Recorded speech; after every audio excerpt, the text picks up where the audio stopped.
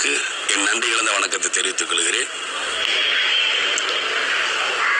இதுவரைக்கும் நான் எந்த ஒரு டிவிக்கும் அதிகமாக பேட்டி கொடுத்ததில்லை.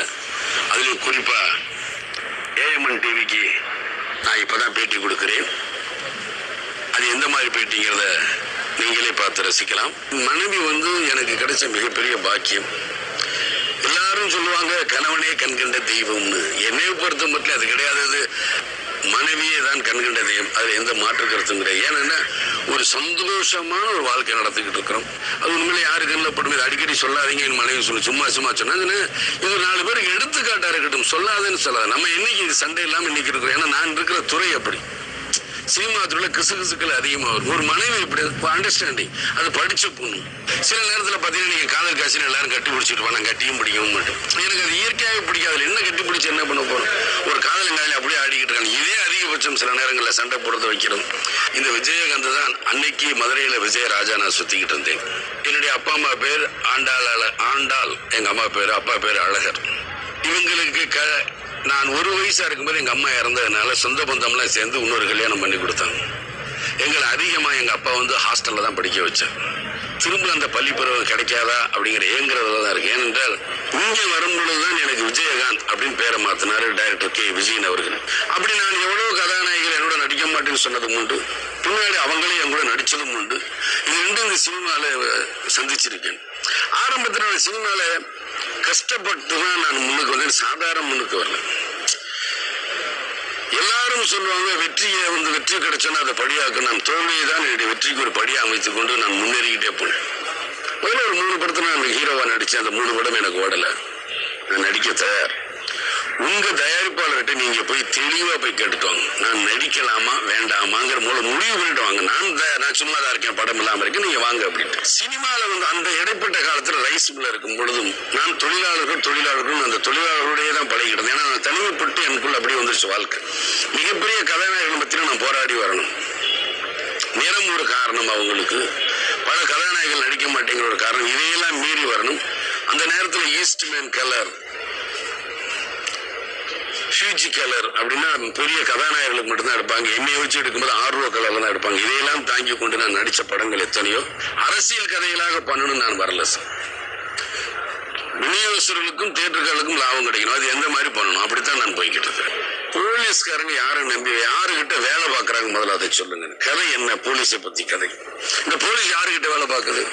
அரசாங்கத்திட்ட வேலை பார்க்குது. அதனாலதான் அந்த அரசாங்கம். ஏன்னா போலீஸ் தலைப்புகள் நிறைய வந்துருச்சு. அதற்காகத்தான் இந்த வித்தியாசமான தலைப்பு வச்சோம். ஏன்னா இன்னைக்கு வரைக்கும் வேற்றுமொழியில் நடிக்கல. இடையில கன்னட நடிகர் ரவிச்சந்திரன் கூட கேட்டாரு, ஒரு படத்துல நீங்க பண்ணி எனக்காக கெஸ்ட் பண்ணி கொடுங்க அப்படின்னு. நான் பண்ணல. இந்த படம் என்ன ரிலீஸ் ஆயிருச்சு, அது சிலரோட மனசை புண்படுத்தக்கூடாதுக்கா நான் எதையும் சொல்ல வரணும். இவங்க எல்லாம் கேட்டாங்க. நான் நடிச்சிருந்தா இப்பவும் போய் நடிச்சுக்கிட்டே இருந்திருப்பேன். அமெரிக்கா போனா கூட இது எனக்கு தெரிஞ்சு இங்கிலீஷ்ல வண்டி ஓட்டிடுவேன். அன்னை மொழி காப்போம், அனைத்து மொழியும் கற்போம்ங்கிறக்க திரைப்பட கல்லூரி மாணவர்கள் டிஎஃப்டி அவங்க தான். அவங்க அந்த ஸ்டைல் அந்த காலத்துல அப்புறம் சொன்னாங்க. இன்னைக்கு எல்லாரும் சொல்லலாம், இன்னும் விஞ்ஞானம் வளர்ந்துருச்சு. ஆனா அந்த திரைப்பட கல்லூரி மாணவர்கள்ட்ட எனக்கு பிடிச்ச குணம் என்னன்னா சார், இவங்ககிட்ட எந்த ஒரு கெட்ட பழக்கம் கிடையாது. Cinema cinema cinema. இப்ப ஊமை ஒளிகளை படம் பார்க்கும்போது எல்லாரும் ரொம்ப ஸ்லோ தான். ஆனா அந்த ஸ்லோ அந்த நேரத்தில் அந்த கதைக்கு 2மே ஒத்து வந்தது. விஷுவலும் ஒத்து வந்தது, ஸ்கிரிப்டும் ஒத்து வந்து பண்ணிக்கிறோம் சார். நான் வசனத்துலதான் கான்சன்ட்ரேஷன் பண்ணுவேன். எனக்கு தேவையான வசனங்கள் இப்படி வேணும், அது மாத்துங்க, சரியில்லை அப்படின்னு சொல்லுவேன். இப்ப 150வது படத்துல நீங்க நடிக்கிறேன். மாதேஷ் படத்தோட டைரக்டர். என்னை வாழ வைக்கிறவங்க தயாரிப்பாளர் சார். அவங்க நஷ்டப்படக்கூடாது. தயாரிப்பாளரோ விநியோகஸ்தரோ தியேட்டருக்காரங்க நஷ்டப்படாம இருக்கிறதுக்கு என்ன பண்ணணும்? அதற்காக அவங்கள வருத்தி நான் மட்டுமே நல்லா இருக்கணுங்கிறதுக்காக ஒரு 5 கோடியில் எடுக்க வேண்டிய படத்தை ஒரு 20 கோடியில் எடுத்து அவன் நாளைக்கு டிஸ்ட்ரிபியூஷன் கொடுத்து அது ஓடாம கஷ்டப்பட்டு ஓடி ஆடி நான் இன்னைக்கு பொலிட்டிக்கல் கொஞ்சம் எச்சரிக்கையா இருக்கேன். ஆனா என் படத்துல எப்பயும் உள்ளபடிதான் இருக்கும். இது நம்ம தான் தரம் பிரிச்சுக்கிறோம். விஜயராஜ் என்றவன் மதுரையில் இருந்தவன், விஜயகாந்த் என்பவன் மெட்ராஸுக்கு வந்த ஒரு நடிகன். அதே விஜயகாந்த் அரசியலுக்கு வந்திருக்கான். அவ்வளவுதான் தவிர குணங்கள் மாறப்படுறது. நான் மக்களை மட்டும் நேசிப்பவன். மக்களுடைய இதயங்களை மட்டும்தான் நான் நேசிக்கிறேன். என்ன உங்கள்கிட்ட காட்டின நீ கல்யாண மண்டபத்தை இடிச்சுட்டாங்க. என்ன ரோடு வந்துச்சு என்ன வந்து. ஆனா அதனால எனக்கு இழப்பு என்ன கிட்டத்தட்ட 70 கோடி ரூபாய். இது யாருக்கு வெளியே தெரியாது. ஆனா அரசாங்கம் அவசரப்பட்டு 8 கோடி ரூபாய்னாங்க. அது 8 கோடி ரூபாய்ங்கிறது அரசாங்கம் நிர்ணயிக்கின்ற. அதான இன்னைக்கு சாத்தாங்குளத்தில் நடக்குது.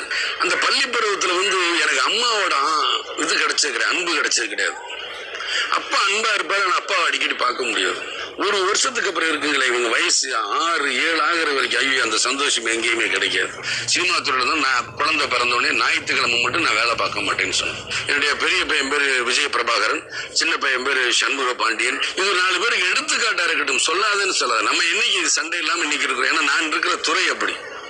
இன்னைக்கு அரசியல் கட்சி ஆரம்பிச்சது தடை பண்ண அதெல்லாம் ஹாப்பியா பிள்ளைகளை கேட்பேன் இப்படி போயிரும்டான். நான் அந்த காலத்துல கிரிக்கெட் எல்லாம் தெரியாது. கிரிக்கெட் இன்னைக்கு சும்மா பார்ப்பேன். இந்தியா ஜெயிக்கிற நாடு மேல உள்ள பற்று என்னை பொறுத்த மட்டும் கால்பந்து ஃபுட்பால் ரொம்ப லைக் பண்ணி பார்ப்பேன். சைக்கிள அன்னைக்கு டபுள்ஸ் போறது தப்பு தான் இருந்தா கூட நம்ம ட்ரிபிள்ஸ் போய் அன்னைக்கு ஓட்டிட்டு போற சாகசம் பண்ணி கட்டுறதுல பெருசா இருக்கும். பல்லாங்குழி நிறைய விளையாண்டுருக்கேன். பல்லாங்குழி விளையாடுவோம், பரமபதம் விளையாடுவோம். அந்த காலத்துல அதான் சார். ஒவ்வொரு பிறந்த நாளும் ஒவ்வொரு வித்தியாசம் பண்ணிட்டு போயிடும். இந்த பிறந்தநாளோட அடுத்த பிறந்தநாள் மக்களுக்கு ஏதாவது செய்யணுங்கிற எண்ணம் தான் எனக்கு புரிஞ்சு. இது சிறந்ததா அது சிறந்ததான்னு சொல்றது ஏன் இல்லைன்னா எல்லாமே என் கையில இருந்து கை காசு போட்டு தான் நான் பண்றேன். நேரடி அவங்களெல்லாம் சாப்பிட வச்சு கண்குளர நான் பார்ப்பேன்.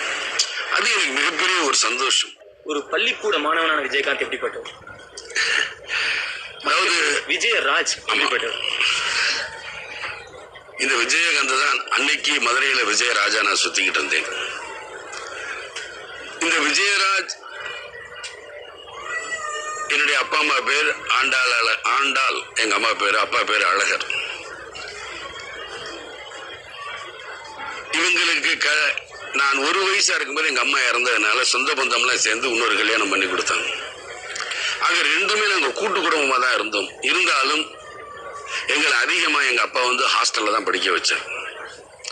அந்த ஹாஸ்டலோட வாழ்க்கை வேற மாதிரி. அதே நேரத்துல அந்த நீங்க கேட்கிற அந்த பள்ளி பருவம்னு சொல்றீங்களே, ஒரு 6வது வரைக்கும் நான் மெட்ராஸ்ல படிக்கும் பொழுது திரும்ப அந்த பள்ளி பருவம் கிடைக்காதா அப்படிங்கிற ஏங்குறதுல தான் இருக்கு. ஏனென்றால் அது என்ன செய்யறோம், ஏது போன்றோம், எந்த கள்ளம் கவடம் இல்லாத ஒரு வயசு, நாம் என்ன செய்ய போகிறோம் தெரியாத ஒரு வயசு.